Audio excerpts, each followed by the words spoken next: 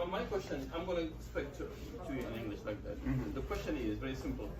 The previous attorney was telling us how, politically speaking, based on who's running in that state, the jurisdiction, I mean the judicial, the courts and everything. Okay. Depending on the states, cases might be more expeditiously than in other states. And he was even suggesting that sometimes it will help some other people move their case from state A to state B, because state B are known to having more good track record in resolving cases, in asylum cases, quicker than other cases in a positive manner. Okay. And other states are known to be very short in granting those. And he was able to produce this paperwork.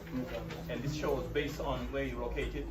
You can see here basically Virginia East Coast, you're doing very well better California than, for example, Georgia in Atlanta. And he was suggesting in some instances he would recommend some to just move their case. Those states is where the chances are lower than the others to move them. Would you plan to do that in the event of having to move some cases in some other states, regardless of you being licensed in the state? Because from what I've heard, just licensed not so long ago to New York. Okay. If you have New York, that's fine. If you have other states, that's fine. But bottom line is to know where the turnaround time would be more maximized for the benefit of the applicants than this state. So you have this plan. Okay. So first, now with immigration, I can practice everywhere. Okay, good. Okay, so once you pass the bar in one state, it's in immigration because it's a federal law. Exactly. You can practice everywhere. In terms of the venue, like where the venue is more lenient. Yeah. I think there is a truth to it. There are certain areas where people get it easier. The judges are more lenient than others. But my advice usually to all my clients is how strong your case is. I feel that New York, for example, a lot of people feel that it's a good venue. But I've had seen some people that filed it there, they didn't get asylum. So it's really based on how strong your case is.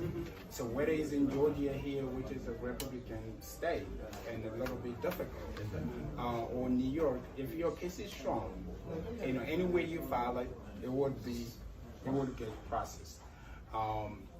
Because the law is whatever state you reside, that's where you should follow your asylum. One thing that I start thinking of is at some point, I know people doing this. I've had some clients that tell me this is the venue that I want you to file my asylum. They just have to have some address there. For example, right now a lot of people file into New York. New York is being overwhelmed. And you have a lot of them there. And I kind of think that at some point the judges would try to start asking, making sure that the cases they are hearing are people that reside in New York.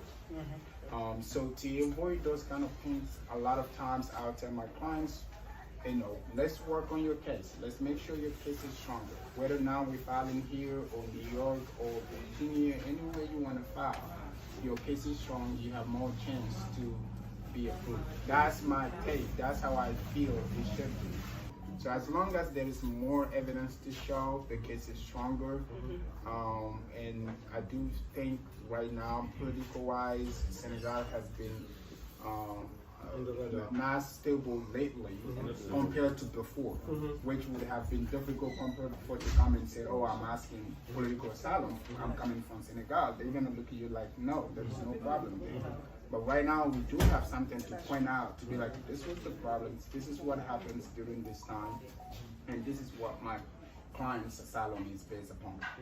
So I am hoping that the outcome cases might be a little different this time, but also I want them to have in mind other marriage ways. If they get that too, that's much safer.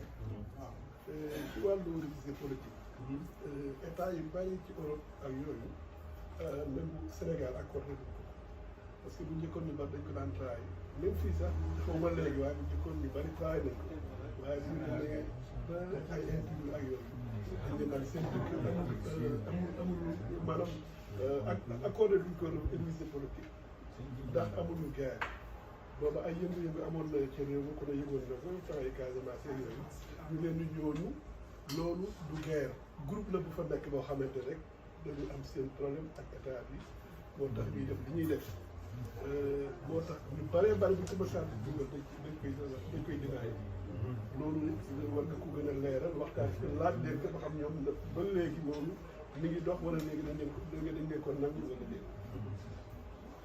This question is, this is not the first time we have political situation in Senegal. Yes. Back in the days we have Casamance, if you heard about it. Yes. That's the South, ethnical political group that was discriminated. And then most of the time, and it happened in Europe, when they go and went and seek for asylum, it's always been denied. So it's like anything has changed in between now. That they're granting people the asylum here because of what happened now, or what? Well, I do believe, because I also follow Guinea and Senegal are close, so I follow a little bit of politics here. And what really happened lately has not happened for a little while. Senegal is kind of a little peaceful compared to other countries like Guinea and Liberia and stuff. So there's though, however, some evidence that what is happening there right now that I feel would really create a lot of difference. Okay, because we're gonna be able to prove we're gonna be able to find some articles, we're gonna show some videos, we're gonna show some newsletters and stuff showing a little bit what really happens. Even if right now maybe it's a little quiet, but I feel like it's I don't know. We don't know how it's gonna be at the end. So I have a good feeling that this time might be more better than before. Outcome cases might be a little different this time, but also I want them to have in mind other marriage ways. If they get that too, that's much safer. yoon bi nga xamante ni ndaw ji jamono ji jël nañ ko wutale biti réew rawatina fële ci États-Unis jaaree ko ci Nicaragua foofee kon ndaw ñu bëri ñu nga fay jaar ngir dem foofule di États-Unis loolee waral kon ñi nga xamante ne ñooy sénégalais yu nekk ca Atlanta taxaw nañu tem ngir jàppale sénégalais yi nga xamante ne bu ñu fa yeggee ñu bëri si ñoom dañuy lott ñu taxaw kon jàppale seenub naatanga yooyule ba ni ñuy amee ba ni ñu leen di régulariser si dëkk boobule di États-Unis. Demba Ndiaye mooy conseiller financier partenaire bu Senkat ñoom ñi nga xamante ne ñoo initié lu ni mel ñu teewlu ko.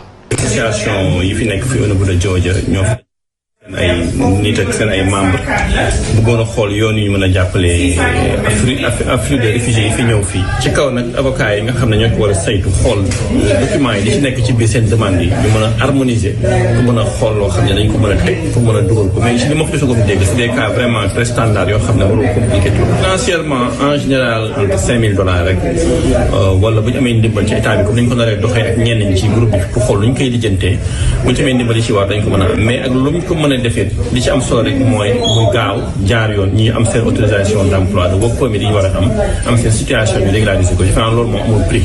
kon am nañu ay chance maanaam toog fii. yes loolu am nañ ci yaakaar.